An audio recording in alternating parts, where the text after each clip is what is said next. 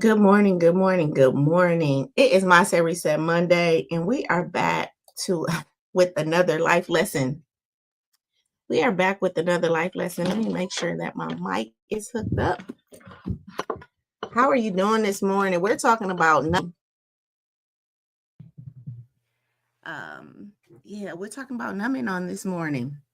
How to remember we're talking about unlocking your potential, right? I'm sorry about that. I kind of got threw off. We're talking about unlocking your potential all this month. And today, in this week, we're starting off talking about noticing your patterns and really how to stop numbing, right? How to stop numbing. It is so important that in this whole unlocking your potential, you know, last week we talked about uncovering what's holding you back. And one of the things that's holding us back is this not really noticing our patterns and really numbing. So I'm excited about this conversation on this morning. And I want to say that let me get to my disclaimer for this morning. Listen, are you busy or in avoiding, right? Listen, business isn't always building, you guys. What are you really avoiding? And it's so much to be avoiding. So again, I don't want this to be a conversation.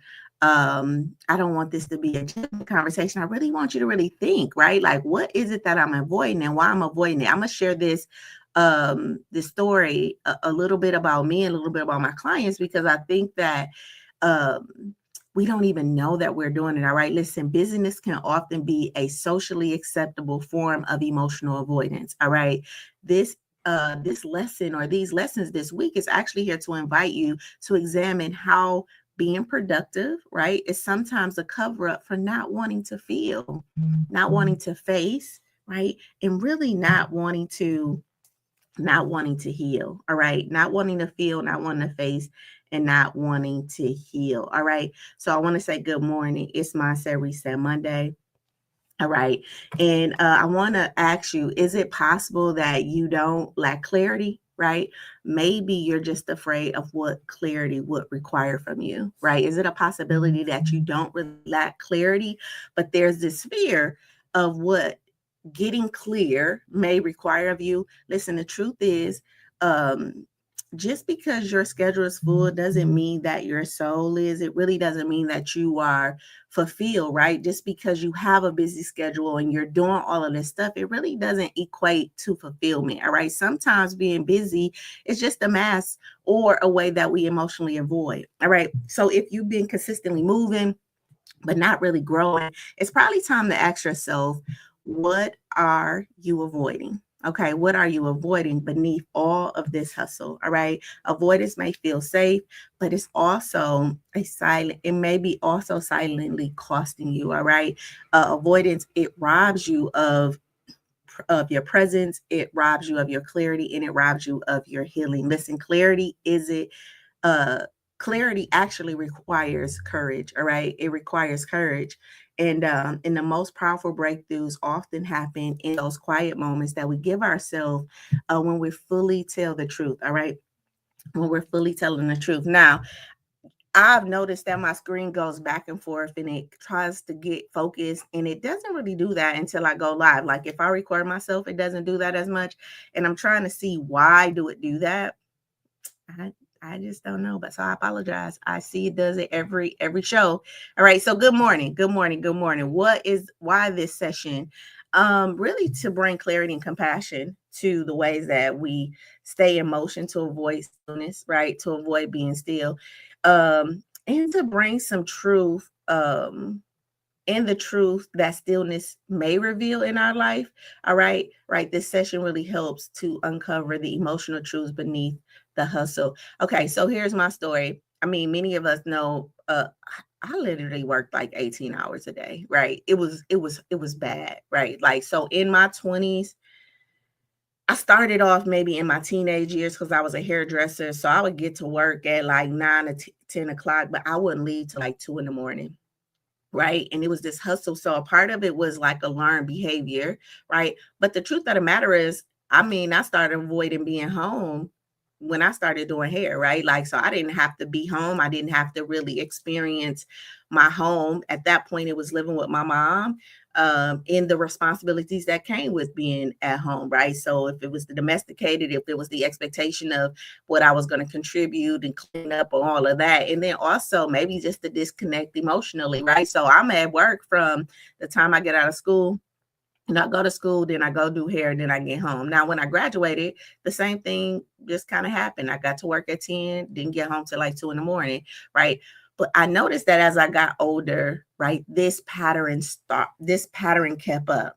And there was actually some, I don't know, euphoria that I got, right? Because we were like, oh, you so busy, you get this kind of clout from the community of being busy. So I'm on boards, even when I graduate. So I'm in school. So I'm like, yeah, I go to school, I work, I'm a landlord. And it's like all of this stuff on my list.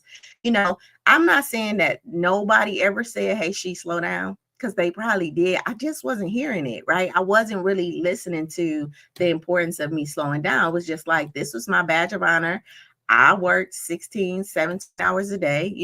I was birthing kids, being a mother, going home, right? But when it all boiled down to it, when I got closer to my 30s, what I realized is this topic that we're talking about today, which is, what was I really avoiding, right? By that time, I had become a mother. I was in a relationship that wasn't always aligned with the vision that I have for my life, right? And so the busyness of life just was a lot more comfortable for me, right? And what I realized is that the more busier I became, guess what? The more apathy I felt. Apathy is like the more I felt numb, right? Like I just didn't care. Okay. All right. So I want to say that I want to give this disclosure. This is not about shaming yourself for staying busy at all, right? This is about really becoming curious and courageous enough to really explore, why are you staying so busy? All right. And what is it costing you emotionally, spiritually, and mentally? So good morning. Good morning. Good morning. Let's take our deep breath on this morning. All right. I try to get to that point before 5 minutes, but this minute is 7, so I'm good. Right, let's take our deep breath. This is your time. No pressure, just your presence on this morning. I want to welcome you back to Life Lessons with Dr. Sheila Little. I'm Dr. Sheila Little, licensed master of social work and the creator of the Stop It Now method. All right. Life Lessons is a part of Project Life. Okay. Project Life is this initiative where we're turning theory into practice, right? There's so much talk about so many things. And so these life lessons is to really turn this theory, all of this stuff that we're hearing, and how do I make it practical for me? And I'm speaking from your seat, right? How do I make this information practical for me? So essentially, it's like a foundational understanding of just the emotions and mental things and things like that. So I want you to drop a word in the chat. Let me know how you feeling this morning. I'm feeling good on this morning. Got up about 6 o'clock. It's interesting because school is out for my son, and typically, I'm dropping him off at school at like 7. So I think it'd be interesting in the summertime how liberated I feel to wake up at 6 o'clock in the morning. I guess maybe because I don't have to rush out the house. And maybe when it's time to take him to school, there's this, because I know as soon as my feet hit that ground and as soon as I have to drive him to school, it's like, my day is started, but I don't feel that. I notice that I don't feel that when I wake up. It's just kind of like, oh, okay, let me meditate, not really rushed. All right. And as you guys know, I'm back at the office. So doing the life lessons here. So I'm feeling grateful on this morning. How are you feeling? Do you need any support this week? Is anything going on with you that, you want to DM me, let me know. Before we start, I just want to ask you guys to make sure that you invite a friend to the Elevating Life group. All right. With Sheila Little, or Elevate in Life with Sheila Little. Again, we're just trying to increase those memberships. And if you're watching on YouTube, make sure you hit the subscribe button, right? And subscribe to the YouTube channel where you get all of the notifications for anything that we're doing at Shaping Solutions. All right. Listen, again, who is this session for? Oh, let's scan our bodies. I'm sorry. So I want you to feel your feet on the floor. just getting present. You've already done what you're supposed to do in your person. So let's just get present. The goal for this body scan is to really bring some compassion and feeling safe, right, in our body, letting our nervous system know that it's okay to feel, right, feel our feet on the floor, our butts in the seat. All right, giving some attention to all of our organs on this morning. Up our spine, feeling up our spine, our necks, right, our rib cage, right, and that is really protecting all of our organs. So just bringing some love to these organs on this Mindset Reset Monday. All right, bringing some love to our heart, right, just kind of feeling our heart release, right, kind of just feeling it kind of burst a little bit, whatever we're holding emotionally or otherwise, like just kind of popping it on this morning, okay? All right, feeling the weight come off our shoulders, down our arms, just getting present in our bodies, okay? We're starting another week, a new week, right? So it could be new possibilities, right? Learning how to turn those obstacles into opportunities. We're halfway through the year. It's June, okay? All right, down our hands, activating our hands, anything that we want to do, right? Just putting some activity around that, up our necks, our face, our nose, our eyes, okay? And then our ears, bringing some softness around our ears. So as we hear today, we're hearing a little more softer, right? Not as defensive, okay? And then crown chakra, right? Just kind of acknowledging the top of our head, right? And then our biggest organ, all right? Our biggest organ, um, our biggest organ. All right, bringing some information here. So Miss Candace has a question. If I don't know if I posted my question in the current live, but I heard functional depression. Is that made up? Do you believe that? I just started hearing about this new word this year. Again, I think that's why the project is here, Ms. Candace, to really talk about things like this. So there is a term called functional depression, and it's your ability to function during depression, right? So it's like we're not really acknowledging our depression, or we're still functioning through the depression. And that's why people may feel like they're not depressed, because you may still get up and go to work. You still may get up and take care of the kids, but it's the feeling that you have, right? It's this feeling of apathy. So I want to talk about apathy. Apathy is kind of just this mute feeling, right? It's just this kind of I really don't feel like doing anything. But if my friends call and say, hey, come on, get out the house, I'm gonna get out the house, right? If I need to go to work, I'm gonna go to work, right? But it's like the inspirational motivation to do on your own without this external pull, right? And so being functional depression is typically like a functional alcoholic, right? We hear this word around alcoholism, right? A person that can drink alcohol and be an alcoholic, but still function, still get up and go to work, maybe still pay their bills. So they're still functioning, meaning that the depression or this alcoholism hasn't stopped them from being able to function and maintain their daily life. However, there is still consequences to your relationships, right? Because you're not really fully present. All right. And so again, if that is something, so it's this new word this year. I'm starting to hear this new word. And I think that the more we get social media, the more that these words come up, right? And we're trying to understand it. And I want to say this because this is what's coming in my spirit. I think that we're searching for answers. Good morning, big little brother. All right. I think that we're searching for answers, right? And so we're doing it in silence, right? Because we feel like something is off. All right. Like I feel like I should be more happier, but I'm really not. I feel like I should have more energy, but I'm not. And then because culturally, and again, I'm speaking to melanated individuals, um, if culturally, I don't want to be deemed crazy, right? Like I don't want to, in a sense, have a diagnosis or be depressed or whatever, right? So I don't want something to be wrong with me, but I'm trying to really figure out what's wrong with me. All right. So I'm not really going out to seek the help or getting an assessment or doing the assessment tools that can bring light or shed light to my emotional or mental state because of this fear. All right. All right. So I think that this is a great question, right? Again, she said, I don't know if I posted this in my live, but I've heard of this functional depression. Is that made up, or do I believe in that? Absolutely, I believe that a lot of people are actually functioning in a depressive state. And again, if we think about the word depressed, right? The root word of depress, right? It's truly just a step under, right? So this is my normal default. This is where I'm at, and I'm under that, right? So my energy level is below that, right?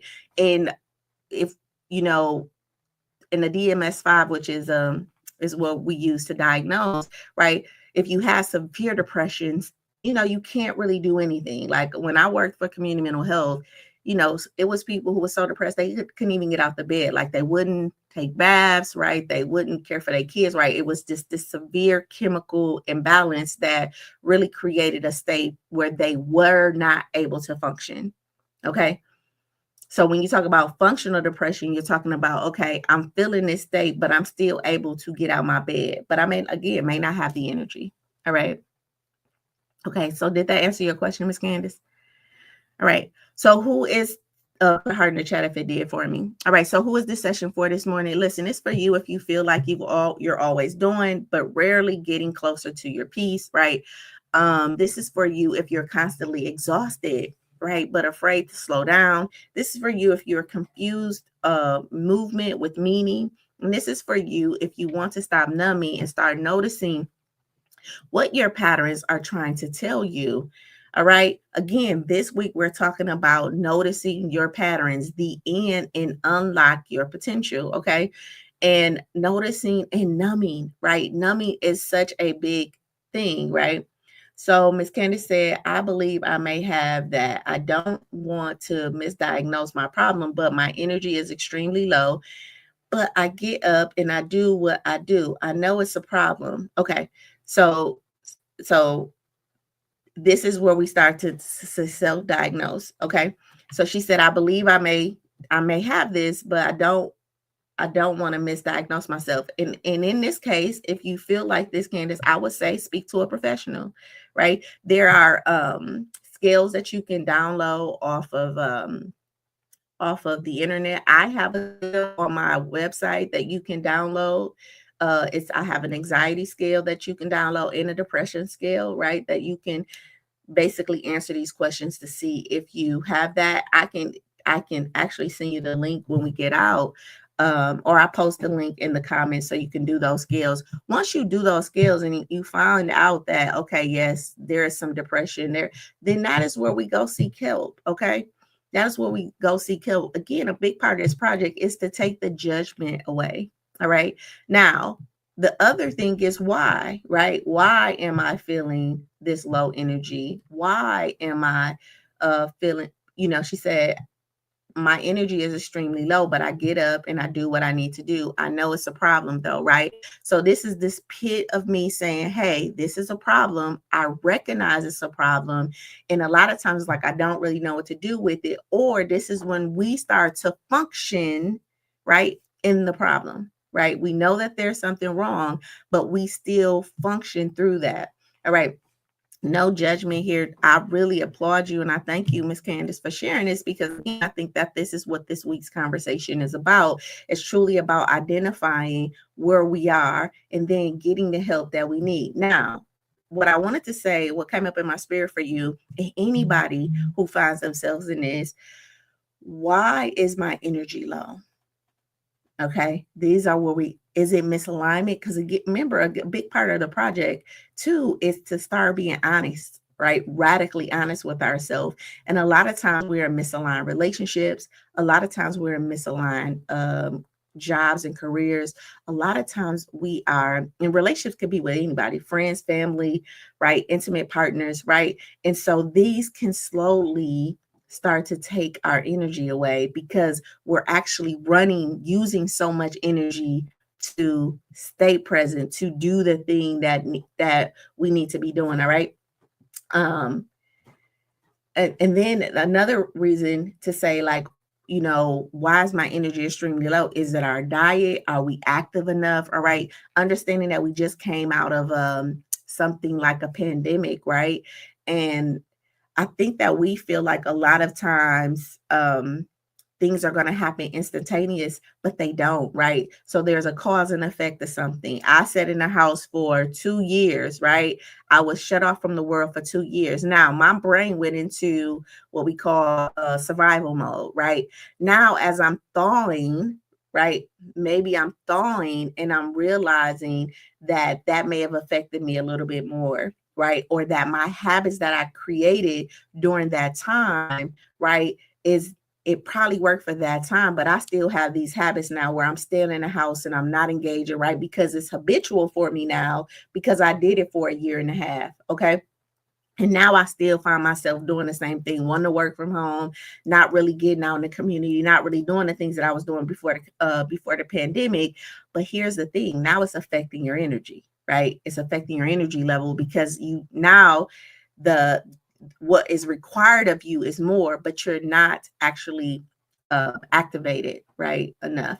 So Miss Candace said again, I believe she said, right, I'm not afraid of the judgment. I'd rather be able to complete the task. All right. And she said, I believe it's because I still have time management issues and I'm focused on, um, I believe I have it's time management because I still have time management issues and I'm focused on one task too long. Okay. All right. All right, so I'm going to send you that scale, Miss Candace. All right, and I want you to know that this week's conversation is all about mirroring. Okay, this week is a mirror. It's not a microscope. All right, it's about not being able to. It's not about analyzing everything to death. It's really about noticing, right, with love and not judgment. Okay, it's really calling out the coping mechanisms of for you. All right, it's really calling on your coping mechanisms. All right, and that sometimes we mistake for personal traits like overgiving, hyper productivity, and emotional disconnection. All right, this whole term, and we're hearing this a lot on social media, right? This isn't who I am. This is who I learned to survive. I want you to really separate yourself and stop saying this is who I am, right? No, this is who you needed to be to survive. All right. So the goal for this week is really to become radically honest. All right. I'm hearing saying this word radical, right? It's really about being radical honest about the hidden numbness, the overfunctioning, and the avoidance behaviors that we have normalized. All right, that we have normalized, and really did gently disrupt that. All right. So here's the connection. All right. So we're going to talk about numbing, from numbing to noticing, from overfunctioning to ownership. All right. From avoidance to awareness, and from self-abandonment, you guys, to self-honoring. All right. Because here's the truth. Just because you're busy doesn't mean that you're building. All right. Just because you're busy doesn't mean that you are building. All right. I want you to know that overthinking, right, sometimes is the fear comes from the fear of making the wrong decision. All right. And indecisiveness sometimes is the fear of responsibility and consequences. All right.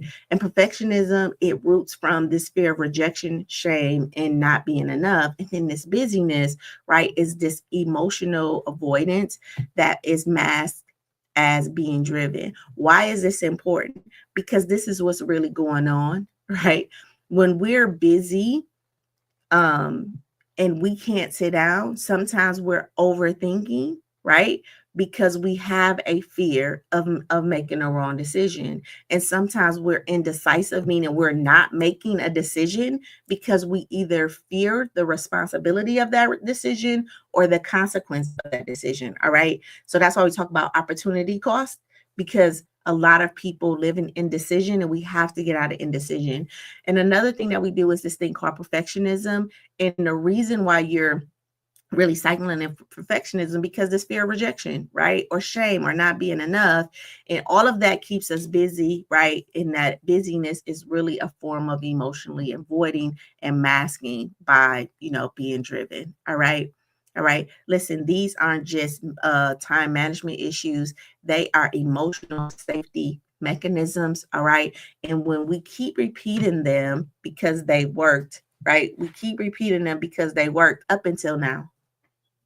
right? So my mechanism that I shared with you earlier, it worked for my teenage years. It worked up until my 20s. By the time I hit 29, maybe 28, 29, 30, I felt it. It wasn't working anymore. I'm like, something got to give.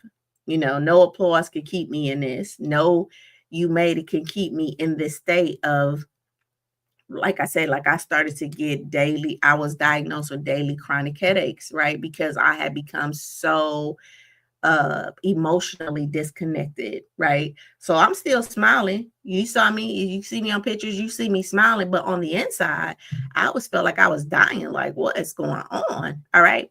Listen, what I realized is that I didn't lack clarity. I was just really afraid of what the clarity would require from me, right? Because some decisions had to be made. All right. And what's the consequence, right? At that time, I had some children, right? We had this big house, we had a mortgage, I had a car, I had a job, right? And if I got clear and admitted to myself at that time, this is what I felt, that I was unhappy, then I was scared, right? What would that require? I'm gonna break up the family. It's like a lot of stuff came with that decision. And I did. I chose to walk away. That was my decision. But a part of my work now is I don't feel like I would have had to do that if I had a Sheila, right? Like if I had somebody to really walk me through it and give me permission to have these feelings and things like that. And so I'm just encouraging you to get the help, right? A lot, especially if you are high performing, that you come from a traumatic background. And remember, when I'm talking about traumatic, I'm just saying an unsafe background. You couldn't talk, right? All right. Why this matters? Because busyness keeps you preoccupied but not fulfilled. All right. Avoidance keep you safe but not whole. And presence really brings clarity. Presence brings clarity, and clarity demands what? Action. All right. Listen, being busy doesn't always mean being productive. All right. Constant motion feels like control, but it's often avoidance, you guys. All right. What would happen if you slow down and really actually felt what you've been running from? All right. Okay. Now we're at our quote. All right. So our quote for today is, listen, you don't lack clarity. All right. You're just afraid of what clarity would require. A client once told me that if I stop moving, I might fall apart. Right. If I actually stop moving, I might fall apart. When we unpacked her calendar, so she packed her calendar with like commitments and told herself that, that she was just a driven person. All right. But she actually was just afraid of what she would have to face, right? If she slowed down, she would actually have to feel the grief, right? The disappointment and the loneliness. And when she allowed herself, right, to sit in this stillness, she didn't fall apart, you guys. She actually started to heal. A lot of us don't want to sit with the voices in our head, with the feelings in our bodies, right? And we bounce right out of it. And it's like, hopefully this week is going to give you permission to say, I could sit with this, right? To really show your nervous system that you're not going to fall apart. Life is not going to fall apart on you. Things are going to happen, right? The thing that your nervous system is getting you to not do, right? You're going to stand in the gap and do that. Sit in stillness just to show your nervous system that, hey, I'm okay. All right. Listen, productivity can be a defense mechanism, but motion doesn't equate progress, you guys, or doesn't equal progress. If your busyness is rooted in fear, right, you're actually building a life from disconnect. All right. You're building a life that is disconnected from what you truly need. All right. Stillness is where, guess what? Your truth lies. Okay. Without truth, transformation is not possible, you guys. So when I talk about this radical truth, a lot of us is looking to transform our lives, but we're not willing to be honest. And we can be honest and learn how to be judgment free of that honesty. I know that there is some judgment that comes with honesty. All right. There is some natural judgment that this was wrong, I was wrong, they was wrong, right? And I'm not saying alleviate that altogether. What I am saying is that that may come up, right, just as a natural response, right? But you don't have to sit in that, right? You can choose, like, okay, I hear the judgment, but I can still, as the present me, have compassion for the moment right? And let judgment sit on the passenger side in the back seat. Does that make sense? All right. So it's not that I'm not going to feel the judgment come up. It's not that I'm not going to hear that, right? But as the driver, I can choose a different emotion. I could choose compassionate understanding in this moment, hold a space for that compassionate understanding while judgment is still in the back seat screaming at me, while I'm still hearing every reason to judge this is right or wrong. So I can be in this and moment, right? That can be happening, and I could be having compassion until I teach my nervous system and everything about me that, listen, we're going to have compassion for, you know, for the things that we've done, or, I'm going to have some compassion for myself. All right. While I'm hearing this judgment. All right. Listen, psychological studies have shown that emotional avoidance leads to increased stress and long-term burnout, even when masked as success, you guys. And a lot of successful people that I work with, okay, suffer from burnout, right? They are suffering from a lot of high stress levels. They have issues health wise, okay? All right. And they're successful. So, because success does not equate to this, it's how do I want to be successful? And you get the power to say how you want to be successful. So, again, we want to stop emotionally avoiding, all right? I want you to know that you're not lazy. Sometimes this is just you're scared, right? But healing can only happen when you stop running. All right. Right. Sometimes you're just scared. You're really scared of what you know, of what sitting in and accepting this truth may cost you. And your mind may be telling you something very extreme that's not even true. All right. That's not even true. That's why you don't want to walk through this process alone either. Why you want to get a coach, right? Why you want to get a therapist to really talk about this. All right. We know that on Mondays, it's Mindset Reset Mondays, and we're talking about stories and triggers on today. All right. The stories we tell ourselves is I can't stop. And the trigger is sometimes the fear of what might arise, right, in the quietness of being still, right? But silence isn't empty, you guys. It's a form of just being honest, right? Silence isn't emptiness. And I remember talking to a friend about meditating, and this friend was into the church, and she said something like the devil's mind, uh, um something mind is like the devil's spin. I was just like an idle mind. So she was like, an idle mind is like the devil's uh my the devil something. And it was interesting to me because I'm like, well, my mind isn't idled, right? My mind isn't idle. I'm actually present. So it's everything else but idle. My mind is idle though when I'm strolling on Facebook, right? So if we know what idle is, it's like your car being on, but you're not really driving, right? Uh the engine is going, but you're not really driving, right? So an idle mind would be more like strolling on Facebook, watching TV, but not really present with the show. So you don't really know what's going on with the show, right? Because your mind is busy thinking and you're not really using it, right? When we meditate, that's not an idle mind. Meditation is more of I'm present and I'm hearing my thoughts, right? And then when I find myself idling, right, I come back to my breath, right? I'm coming back and being conscious of me breathing. I'm feeling the air in my nose, right? I'm feeling my body breathe, right? So I'm not idled, okay? All right. And I thought that was just interesting because I think that a lot of times we don't want to go into meditation, or we don't want to do mindfulness practices again because it's going to require that I hear these thoughts and stuff that I'm really running away from. So if I can stay busy, if I can stay distracted, then in some way I feel like it's going to fix me, and it doesn't. And it doesn't. All right. So here's some essential things that I want you to understand about numbing. All right. Numbing is not the problem, it is a symptom. All right. So people don't stroll, binge, hustle, or withdraw because they're lazy, you guys. We do it because we're protecting something.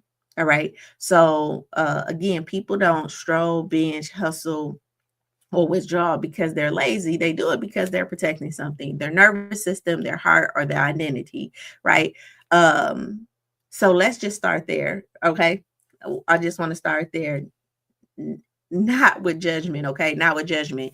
If you shame this symptom of numbing, right, you will never get to the true source. And again, this whole conversation about this week about us being numb is not to shame it, it's to what? Bring some awareness to it. All right, bring some awareness to it. Maybe if I stop moving my hand camera, you'll stop going back and forth. So I'm gonna put my hands down. All right. Numbing often mask fear of feelings. Okay. So I want you to ask what's the emotion underneath the noise? All right. Many people numb because they're afraid of what? They're afraid of facing grief. All right. They're afraid of feeling powerless. Okay. They're afraid of confronting the truth of their current reality. All right. And they're afraid of recognizing their needs were never met. And guess what? I'm going to bring it to the present moment. They're afraid to recognize that even their needs are not being met when? Today.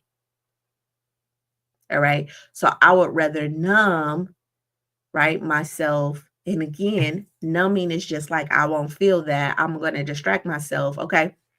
Right, that makes sense. Put a one in the chat for me. Listen, stillness feels like exposure if you live in survival. All right, listen, silence invites truth. But if someone was conditioned to hide, to hustle, or to stay small, then guess what? Stillness, like being still with your thoughts, it may feel dangerous, not peaceful. All right, it may feel dangerous and not peaceful. So, I want you to know that you're not going cold turkey or numbing. You're actually, I guess I'm actually inviting you to really learn how to be safe, right? Learn how to be safe with your presence. All right. Learn how to be safe with your presence because stillness feels like exposure if you lived in survival. And so many of us have lived in survival that being still is can create, there was a study done that actually said that meditating can, trigger some people who come from like traumatic backgrounds. Now, I'm saying that softly because the study just talked about the trigger is really the thoughts, right, that come up. So it's not actually the meditation that's creating it. It's what the person is hearing, right? And feeling safe enough to hear that stuff and know that you are here in this present moment and that's not happening. All right. Another thing is performance and productivity can be emotional armors, you guys. So listen, your praise, you've been praised for being strong, for getting it done, but deep down you're exhausted from proving your worth. Okay. All right. So this week really invites you to stop performing and really start processing. All right.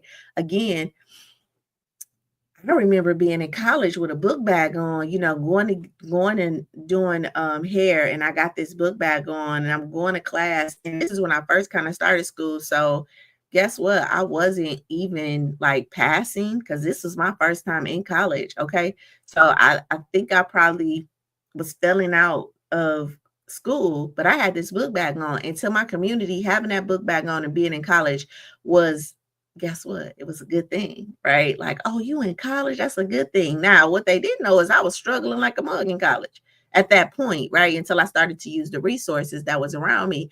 But it felt good to put that book back on, even with those E's on my report card. All right. Right. So again, I was performing for the accolades of what the individuals was saying to me, but I was feeling inadequate on the inside because I was actually getting an E in class. So you got my grandma, my grandfather, and everybody looking at me like, great job, Sheila. You're in college, you're doing this great work. But on the inside, when I get to this classroom, I don't even know like really what's going on, right? I'm failing, right? And so it's like, how do I hold on um to this facade, right? I had to numb this feeling of inadequacy that I felt as being a student. Okay. In that first part of being a student. And then I got resources, right? And then I became an all A student. Actually what happened was my mom, not just the grace of God, I'm gonna share the story. My mom ended up getting married, right? And she got married. Nobody in my family had been to college. My mom had met this man, and you guys may know him, Michael Marsh. My mom married him, and he came into my life. His dad used to be the mayor and things like that, but my mom married him, and he became like my mentor, right? And so you may see me call him dad and things like that. Well, he married my mom, and so my college experience actually changed because I was sitting next to him and I was writing my papers, and I was asking him, like, how would you say this or whatever, and he would edit the paper for me, and how he would write and how I was writing. It was, I could just starkly see the gap. And so I was so appreciative of his role at that time in my life and really helping me maneuver through college, because I don't know if I would have. And then from that, that's what triggered me to go and get more resources. But it was him really editing my papers. And I'm just like, wow, like, you're such a good writer. But it taught me how to speak and all of those things. And that's how my college career ended up changing. All right. But I asked for that help. Okay. And so I want you guys to look around your community and see who you can ask for help. Now, again, my mom ended up marrying him, but it may be someone close to you that you can ask for support to really help you transition. All right. So again, performance and productivity can be emotional armors. All right. So you've been praised for being strong or getting it done, but deep down, you're exhausted from proving your worth. And again, this week actually is helping you to stop performing and start really processing. Okay. Listen, under every numbing habit is a gap. Okay. A gap of support, truth, or healing. All right. So instead of fighting the behavior, identify the gap. Okay. Is it a support gap? Is it a rest gap? Is it a validation gap? Or is it a belonging gap? All right. Again, so for me, when I just talked about the story with Michael Marsh, right? That was a support gap. I didn't have support when I was in college, right? He came in, he became that support for me, which then leveraged, right, me to then go and use the supports at the school, right? But he came in, that was my gap. Okay. When I got older, right, um in my later years, it definitely was a rest gap, right? I was so in a belonging gap at that time. I got at this point now, I'm educated. Uh, I'm actually a therapist now, right? And but my peer group is still the same, And I told you I got judged for being a therapist. Nobody really want to talk to me like you trying to pick my brain, right?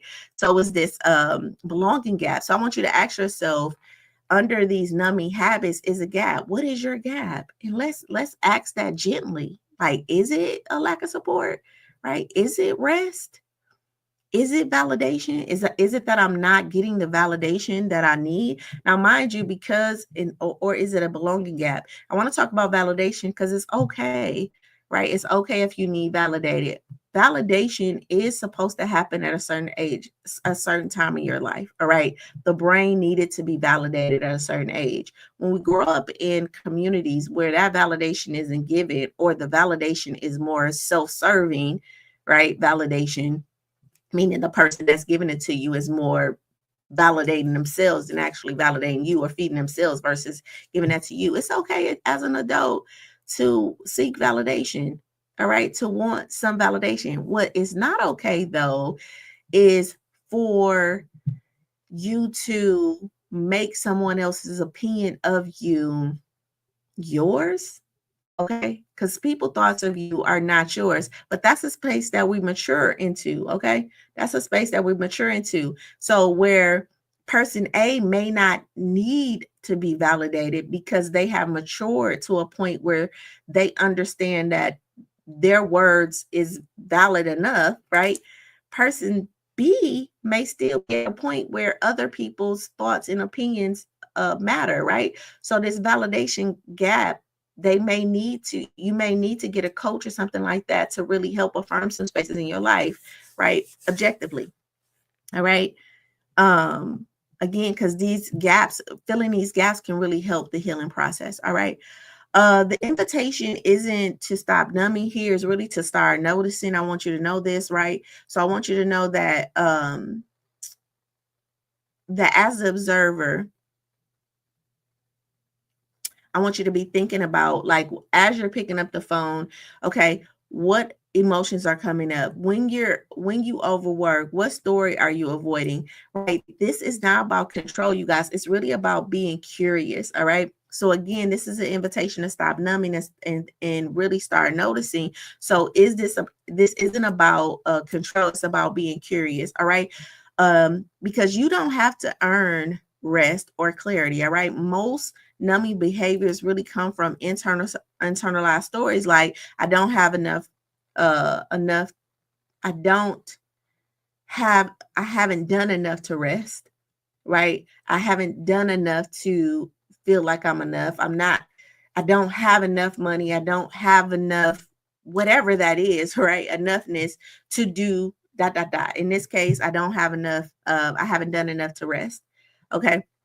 I don't deserve peace until I finish this. Listen, I want you to know that these stories that you tell yourself, they're just not true. And you have to really change the story to really start um, to get peace, right? To get peace in your life. Okay. All right. Because you don't have to earn clarity or rest. All right. And sometimes clarity come in our doing, right? In our doing, as we do, right? We get more clear. And then I want to say that truth telling is the key to unlocking, right? This is why this week may be uncomfortable because I'm going to be talking a lot about radical truth telling, right? Right. Until you're honest about how you're coping, right? You can't choose another way. That's just it. And coping is what it is, right? It's coping. And here's the thing, we're always in some way, shape, or form coping. All right. We're some way, shape, or form coping. I think the first thing we need to do is be aware of what we're coping for, right? And what are we doing to cope? And then understand that as life goes, as I grow, guess what? My coping mechanisms may change. I may need to change that. All right. Right now, I'm realizing that what I need, my coping mechanisms now are very different than what I needed in my 30s. All right. Um, yeah, right. And if I'm not aware of that, then I could start feeling stuck because what used to work for me doesn't work for me anymore. You know, like I can remember being in my 20s and I love my dad. I love my dad. If y'all know me, y'all know I love my dad. But in my 20s, my dad was a big coping mechanism for me. Like at night, late at night, like I would call him every night and just talk about the issue, talk about what's going on, right? Talk about it. In my 30s, the same thing. In my 40s, I realized that that's not my coping mechanism. I'm not so much talking about the problems that I'm going through more than I'm like, um, and again, not really talking, but I'm more processing or trying to figure out what the solution is. So I'm more mindful of my words and things like that. So me and my dad have a totally different conversation because the coping, how I cope with things in my 20s and 30s, like I don't cope with them like that anymore. All right. All right. So I want you to know that the things that you do to avoid your pain are the same things that's blocking you from your potential. All right. I want to say that again. The things that you have learned how to do to avoid your pain is the same thing that's stopping you from unlocking your potential. All right. So when you meet your patterns with compassion instead of criticism, guess what? You stop running and you start to rise. All right. And we talked about rising last week. All right. So I want to talk about 10 essential truths. All right. These are going to be 10 essential truths that about storage triggers and numbing. All right. Listen, your busyness might be a trauma response, not a strength. Okay. Many people overfunction to stay productive, not out of passion, you guys, but because stillness feels unsafe. Again, it just feels unsafe. A big part of the permission I want you to give yourself is to say, like, that just doesn't feel safe, and recognizing that a lot of stuff just doesn't feel safe, but it doesn't mean that it's not safe. Does that make sense? Right?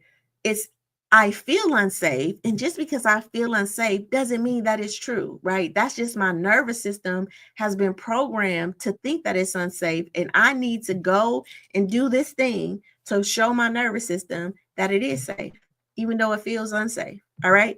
All right. Listen, the story says, if I stop, I'll fall apart.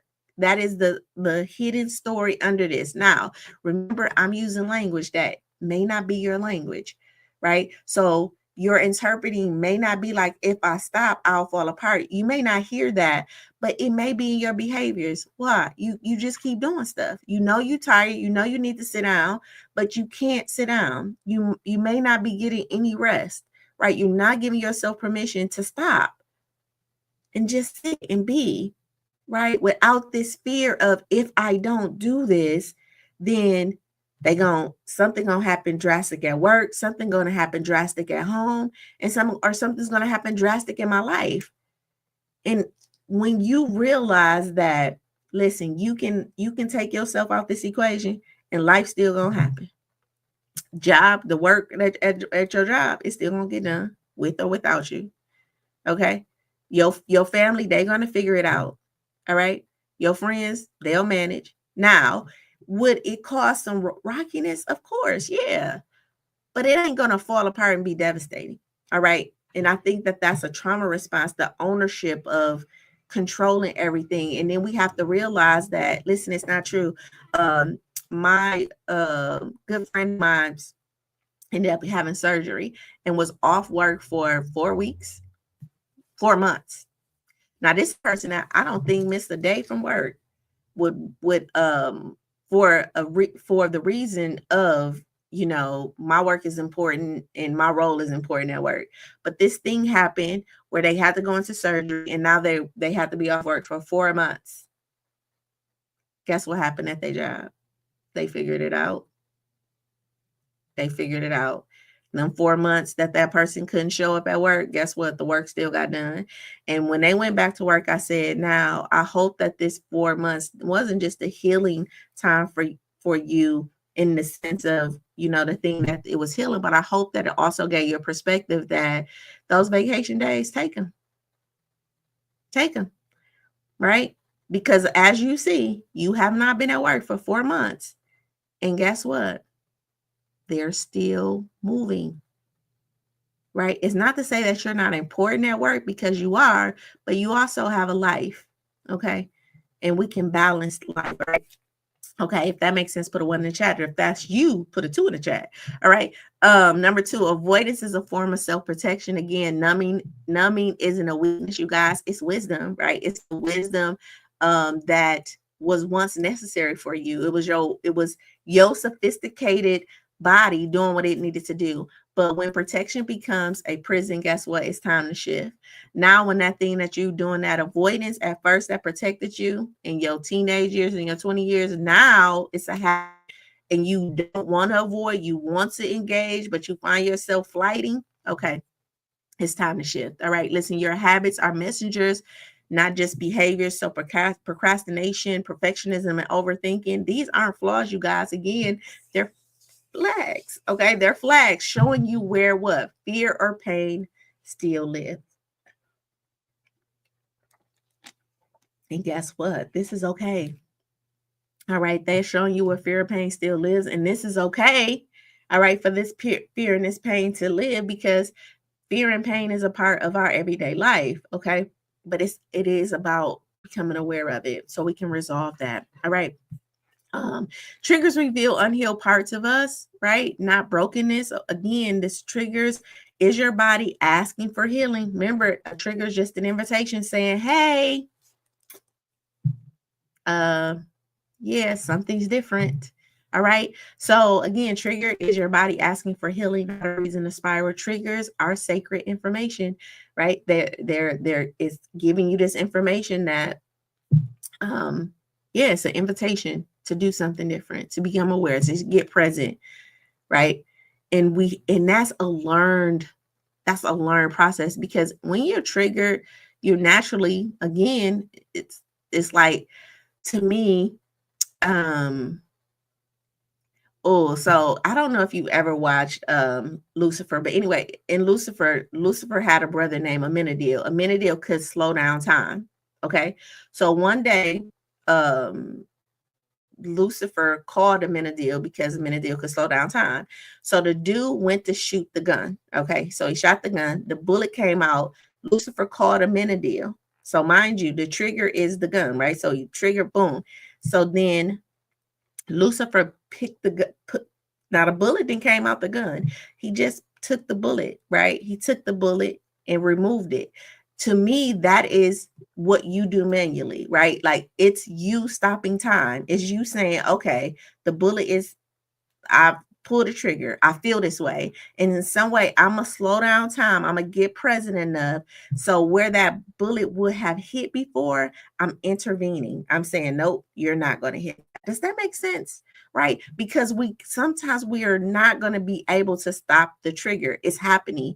The brain is programmed to do that. But we can use our divine strength and get present enough to slow down time to take that bullet out, right? So it doesn't have the same impact that it used to have before because you're present now. All right. You're present now. All right. If that makes sense, put a heart in the chat for me. All right. Listen, triggers reveal unhealed parts of us, not brokenness. All right. So again, it's just your body asking. The trigger is your body asking for healing, not a reason to spiral, you guys. All right. I'm fine is often a code for I'm avoiding. This is good. All right. So the story we tell ourselves or tell others, right, can be a mask.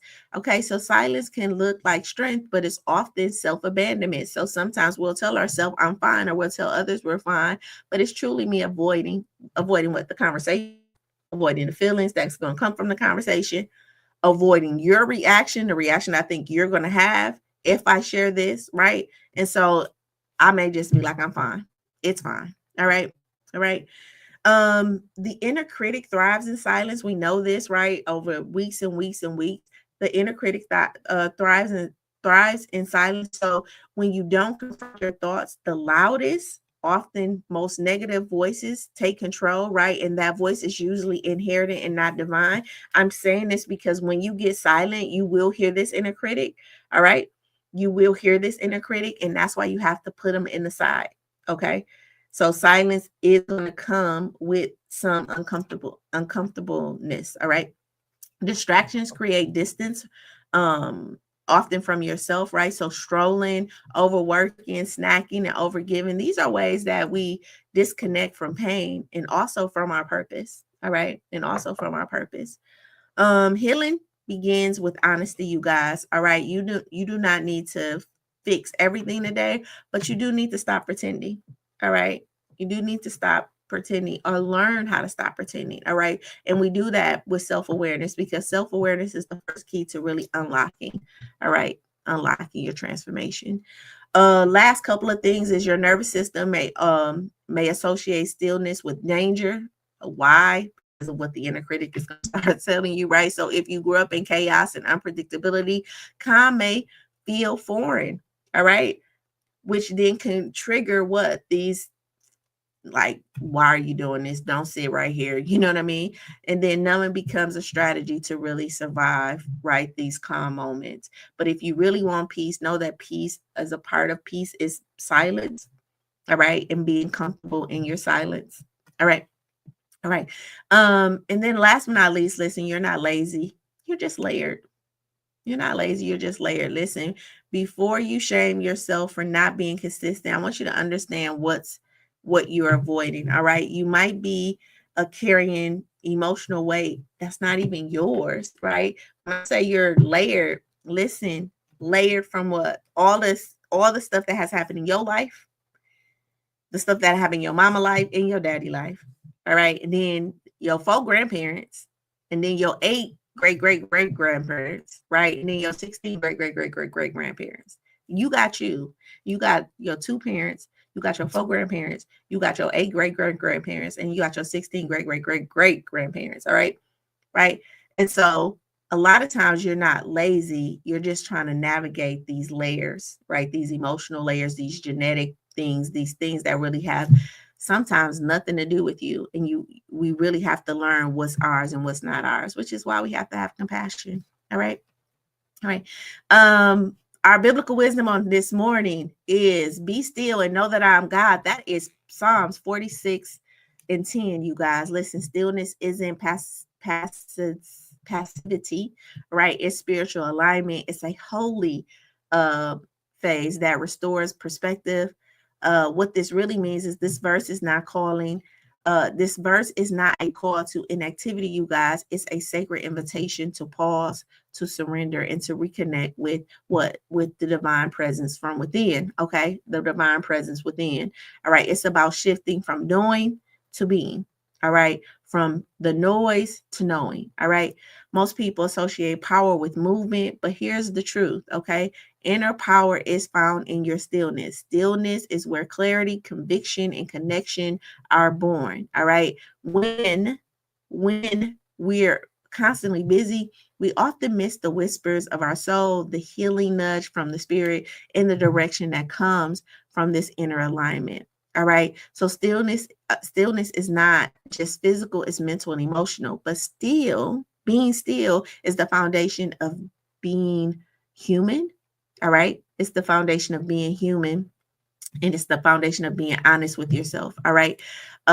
It's in this place of stillness where you can begin to hear the stories um we've been running from and find the courage to what to change them. All right, so be still and know that I am God. Now as I was reading this, you probably saw me kind of fumble, because sometimes when I read, I'm also getting stuff that's coming in as I'm reading. And I want you to know that stillness is not something, I mean, we hear monks, and monks can sit still for months, right? At this point I probably can sit for an hour in meditation, right? It scare my body. I want you to know that sometimes stillness is not just that, though. It is sometimes just a moment, right? Sometimes it's just a moment, like being able to sit for a minute and bring yourself together and just being in the present moment. All right. So being still is not, we don't have to fear that it's like, oh, I need to sit for 30 minutes, right? Or I'm going to go and put myself in timeout. Like, no, just be still for a moment, just 1 minute, and just be present with yourself and just love on yourself.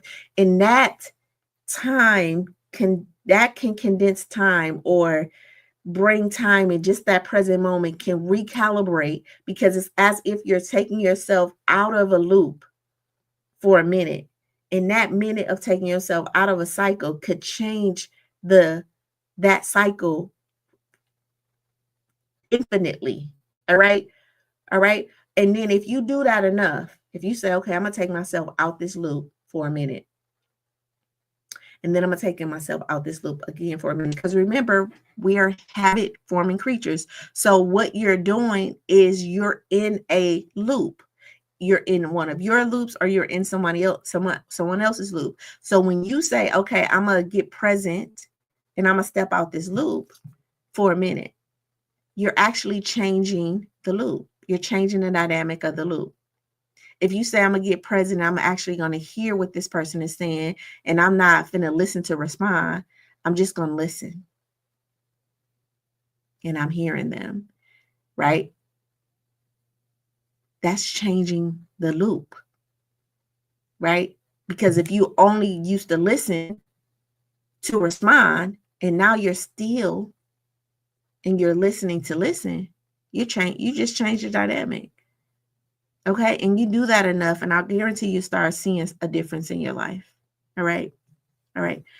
All right. That makes sense. Put a heart in the chat for me. And then our promise verse, listen, Isaiah 30 and 30:15. Okay. Isaiah 30:15. All right. In repentance and rest is your salvation, in quietness and truth is your strength. Listen, you don't find your strength in your schedule.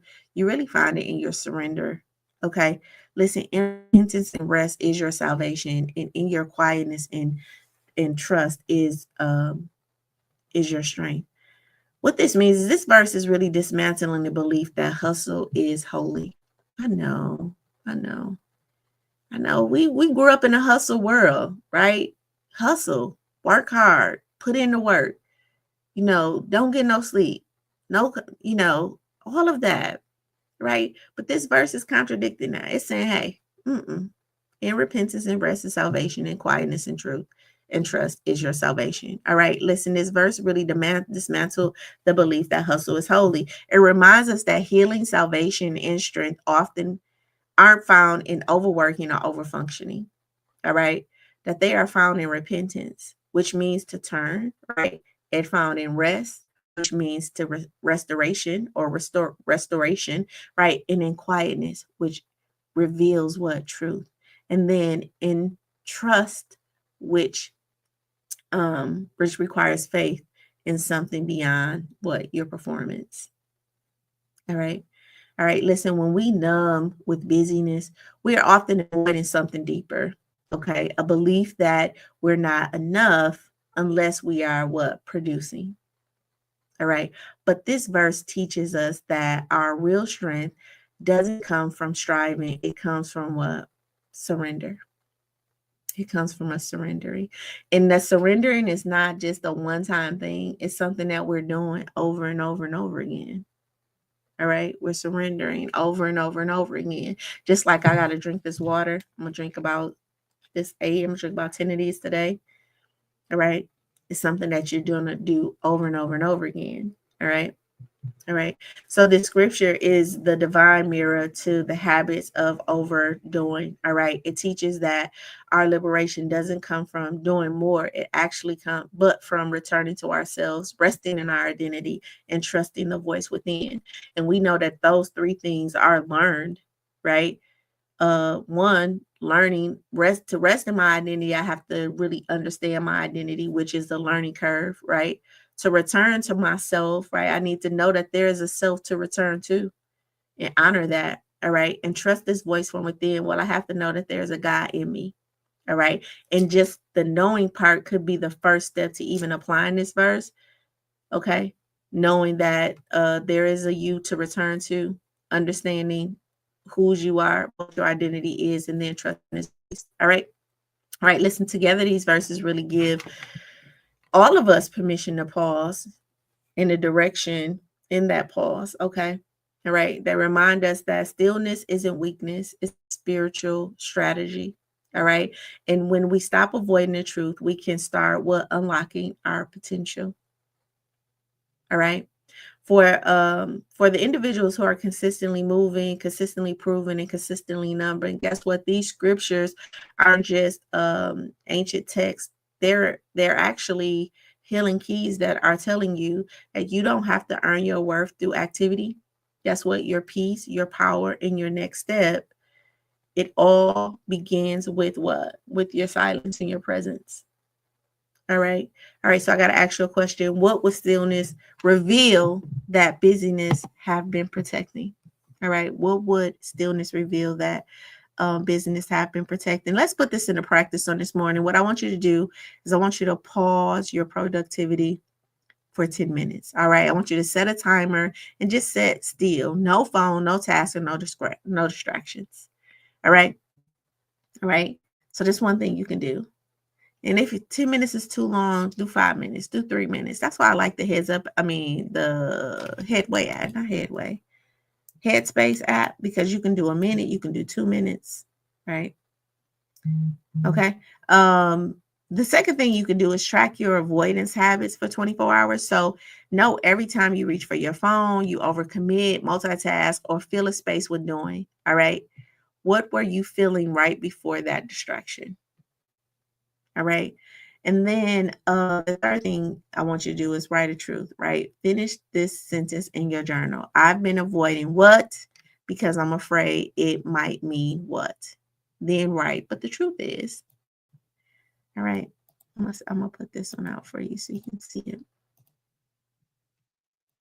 All right.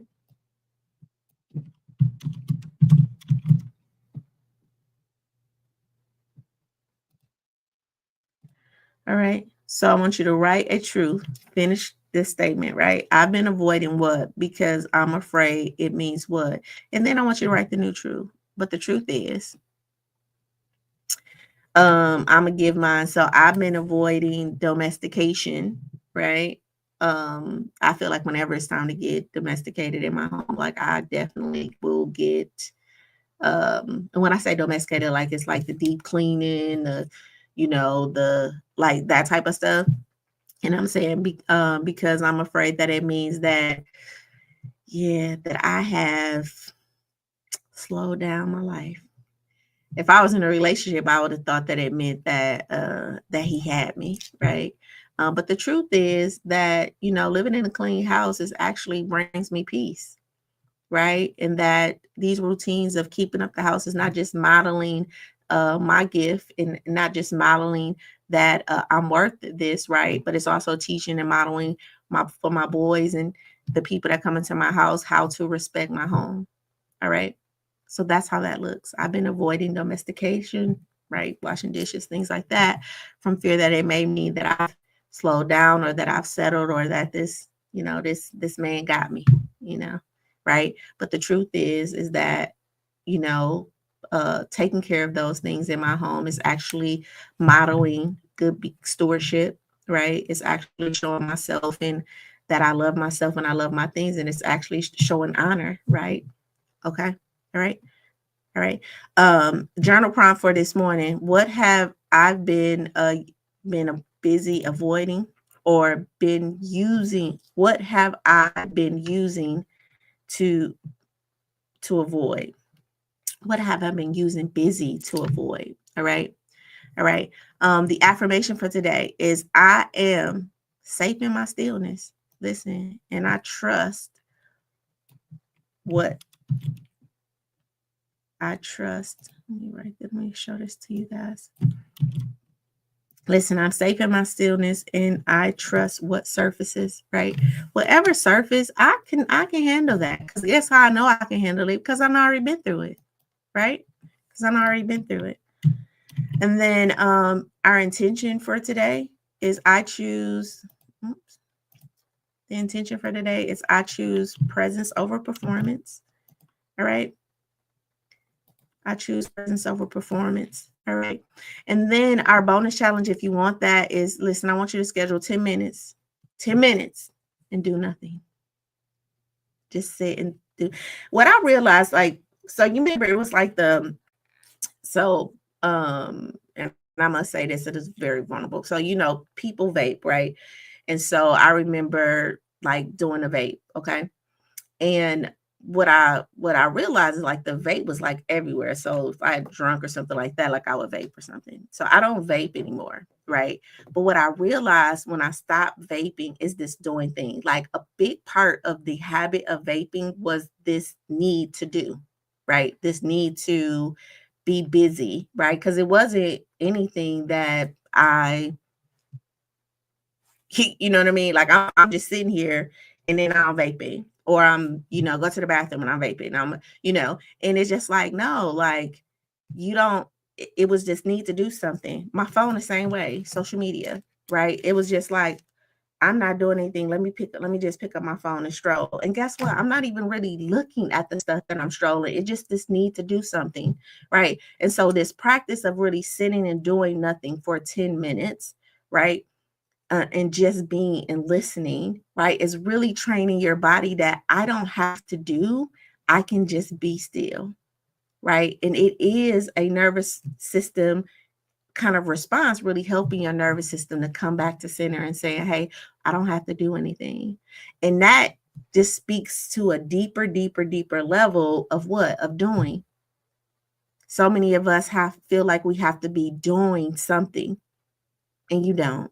You can just be. So we know that there's a call, challenge, and a charge. Listen, the call is what truth are you walking away with? Okay. The challenge is what will you stop doing, right? Out of fear today. And then the charge for you is listen, you don't have to outrun your healing, right? You just meet it.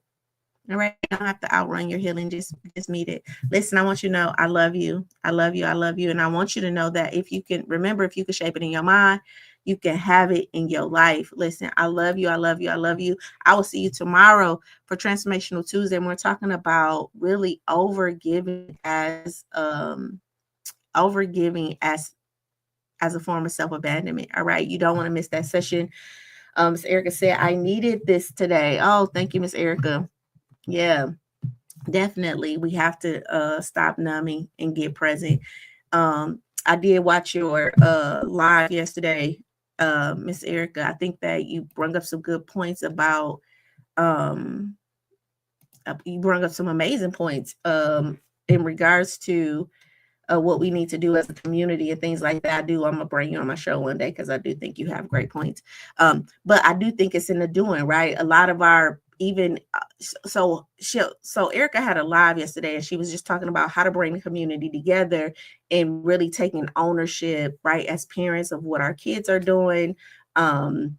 Really just like the different culture and how these young people, even in their 30s, right? They are these young people, even in their 30s, are, I don't know, they just need help and need somebody to reach out to. And I do think it's this doing thing. Like a lot of it is just this numbing behavior, right? They're really not present. They really don't want to get present. It's just, from here to there, just I don't know, just no time to really think and sit down. But I thought what was impactful, I'm bringing this up because she said that she saw a boy that was either he was busting a window or doing something, and she hugged him, and he just kind of broke down in her arms and started to tell her stuff. And we just need this connection, and we need to feel safe.